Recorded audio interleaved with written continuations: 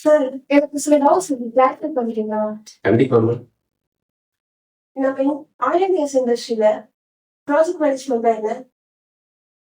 Project மேனேஜ்மெண்ட்ன்றது வந்து ஒரு வார்த்தையில சொல்லக்கூடிய விஷயம் கிடையாது. இது ஒரு பெரிய ஒரு ஆக்டிவிட்டிஸ்.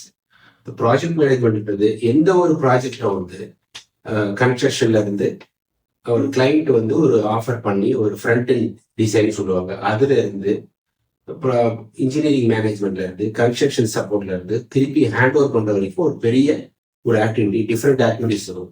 இதுல வந்து பாத்தீங்கன்னா ஒரு ஜாப் எடுத்து அங்க பட்ஜெட்டிங் பண்ணி, அதுக்கப்புறம் ப்ரொக்யூர்மெண்ட் பண்ணி, அதுக்கப்புறம் இன்ஜினியரிங் டிசைன் பண்ணி, அப்புறம் கன்ஸ்ட்ரக்ஷனுக்கு உண்டான கான்ட்ராக்டர்ஸ் அவார்ட் பண்றது, வெண்டர்ஸ் எல்லாம் ஹயர் பண்றது, இதுக்கெல்லாம் நிறைய ப்ரொசீஜர்ஸ் இருக்கு, நிறைய டாக்குமெண்டேஷன் இருக்கு, நிறைய ஸ்டாண்டர்ட்ஸ் இருக்கு. இதுக்கு நடுவில் பிளானிங்னு ஒரு டிபார்ட்மெண்ட்டும் இருக்கு. அவங்களோட ப்ராஜெக்டும் பிளானிங்கும் சேர்ந்து தான் ஒரு ப்ராஜெக்டை வந்து டிசைட் பண்ணுவாங்க. எப்போ ஆரம்பிக்கிறோம், எப்போ முடிக்கிறோன்றத ஒரு ஒரு சார்ட் போட்டு அதுல இருந்து டிசைட் பண்ணுவாங்க. இந்த சார்ட்லயே சில விஷயங்கள் வந்து லாங் லீட் ஐட்டமா போகும். அதெல்லாம் முதலேயே ஆர்டர் பண்ணணும்னு நினைப்பாங்க. பட்ஜெட்டிங், எவ்வளவு மேன் பவர் யூஸ் பண்ண வேண்டியது இருக்கும், எவ்வளவு நாள் ஷெடியூல் பண்ண வேண்டியது இருக்கும், எந்தெந்த இடங்கள்ல கிரிட்டிகாலிட்டி இருக்கு, எந்தெந்த ஏரியால இருந்து நம்ம எந்தெந்த கண்ட்ரில இருந்து ப்ரொக்யூர்மெண்ட் எல்லாம் பண்ண வேண்டியது இருக்கும், அதுக்கு என்னென்ன மாதிரி ஸ்டாண்டர்ட்ஸ் யூஸ் பண்ணணும், சேஃப்டி சிஸ்டம்ஸ், இது மாதிரி எல்லா டிபார்ட்மெண்ட்லையும் டிஃப்ரெண்ட் டிபார்ட்மெண்ட்டையும் கோஆர்டினேட் பண்ணி இது எல்லாத்தையும் பாக்குறது இந்த ப்ராஜெக்ட் தான். அந்த ப்ராஜெக்டை மேனேஜ் பண்றவங்க தான் ப்ராஜெக்ட் மேனேஜ்மெண்ட் டிபார்ட்மெண்ட் இருப்பாங்க. இதுக்கு ப்ராஜெக்ட் டைரக்டர்ஸ்னு ஒருத்தர் இருப்பாரு. அவங்க கீழே தான் இந்த மொத்த ப்ராஜெக்டே நடக்கும். அவர் தான் இந்த டோட்டல் ப்ராஜெக்டோட ஷெடியூல், அதுக்குண்டான காஸ்ட், அதுக்குண்டான ரிஸ்க் எல்லாத்துக்கும் ஓனர்ஷிப் எடுத்து பண்ணுவாரு. அவங்களுக்கு ஒரு கண்டிப்பா ஒரு ஒரு ஒரு 10 ப்ராஜெக்ட் பண்ணிட்டு தான் வரவங்க தான் ப்ராஜெக்ட் டைரக்டரா வருவாங்க. ஸோ ஒரு ப்ராஜெக்டை கன்ஸ்ட்ரக்ஷன் டிசைன்ல இருந்து கன்ஸ்ட்ரக்ஷன் பண்ணி ஹேண்ட் ஓவர் பண்ற வரைக்கும் பண்ணக்கூடிய எல்லா டிபார்ட்மெண்ட் ஆக்டிவிட்டிஸும் எல்லாத்தையும் கோஆர்டினேட் பண்ணி எல்லாத்துக்கும் ஓனர்ஷிப் எடுக்கிறது ஃபுல்லா ப்ராஜெக்ட் மேனேஜ்மெண்ட் ஒரு டிபார்ட்மெண்ட் தான். இதை நம்ம ஷார்ட்டா தான் சொல்லியிருக்கேன். ஆனா இது ஒரு பெரிய ஆக்டிவிட்டி. இன்னும் ஒரு மணி நேரத்துல நம்ம இன்டர்வியூல சொல்லுவோம். அடுத்து என்ன ஒரு கொஸ்டின் இருக்குமா சொல்லுங்க. இப்போ ஒரு ஃப்ரெஷரா இங்க என்னோட ரோல் என்னவா இருக்கும்? நான் என்னென்ன கத்துப்பேன்? இதனால என்னோட க்ரோத் எப்படி இருக்கும்? ஓகே, ஃப்ரெஷர் ஒரு ஆயில் அண்ட் கேஸ் இண்டஸ்ட்ரியில என்ன கத்துப்பாங்க, எப்படி டெவலப் ஆவாங்கன்றத பத்தி நீங்க கேக்குறீங்க.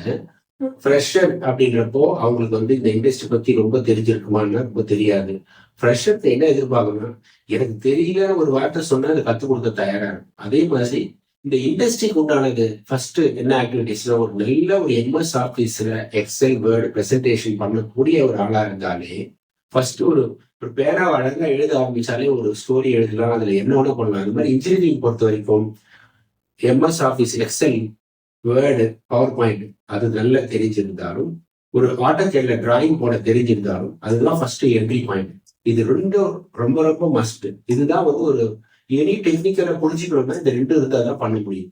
ஸோ இதுல வந்து ஃபர்ஸ்ட் நம்ம என்ன பண்றோம்னு சொன்னா, ஒரு கேண்டிடேட் வந்த உடனே அவங்களுக்கு ரெண்டுத்தையும் வந்து ஒரு 2 to 3 months நல்லா கத்து கொடுத்துட்டு அதுக்கப்புறம் அவங்களுக்கு வந்து சிஸ்டம்ஸ் எல்லாம் புரிய வைக்கணும். ஒரு ஆயில் அண்ட் கேஸ்ல ஒரு ப்ராசஸ் பிளான்ட் எப்படி இருக்கும், அதோடைய சிம்பிள்ஸ் எப்படிலாம் நம்ம புரிஞ்சுக்கணும்னு ஒரு ரீட் பண்றது, பிஎன் எழுதணும், பைப்பிங் அண்ட் இன்ஸ்ட்ருமெண்டேஷன் டயக்ராம்ஸ், அப்புறம் ஒரு பிளாட் பிளான், ஒரு கம்ப்ளீட் ஒரு ஆயில் அண்ட் கேஸ் பிளான்ட்டோட எப்படி ரீட் பண்றது, எப்படி சர்வீசஸ் எல்லாம் என்னென்ன கன்ஸ்ட்ரக்ஷன் பிலோ கிரவுண்ட்ல எப்படிலாம் போகுது, அபோவ் கிரவுண்ட்ல என்னெல்லாம் போகுது, என்ன எக்யூப்மெண்ட் எங்கெல்லாம் இருக்குதுன்னு பாக்குறது, எதை பேஸ் பண்ணி பில்டிங்ஸ் எல்லாம் வச்சிருக்காங்க, இண்டஸ்ட்ரியல் பில்டிங்ஸ், இது மாதிரி சில ஒவ்வொரு ஆக்டிவிட்டியும் வந்து கம்ப்ளீட்டா புரிஞ்சிக்க கூடியது.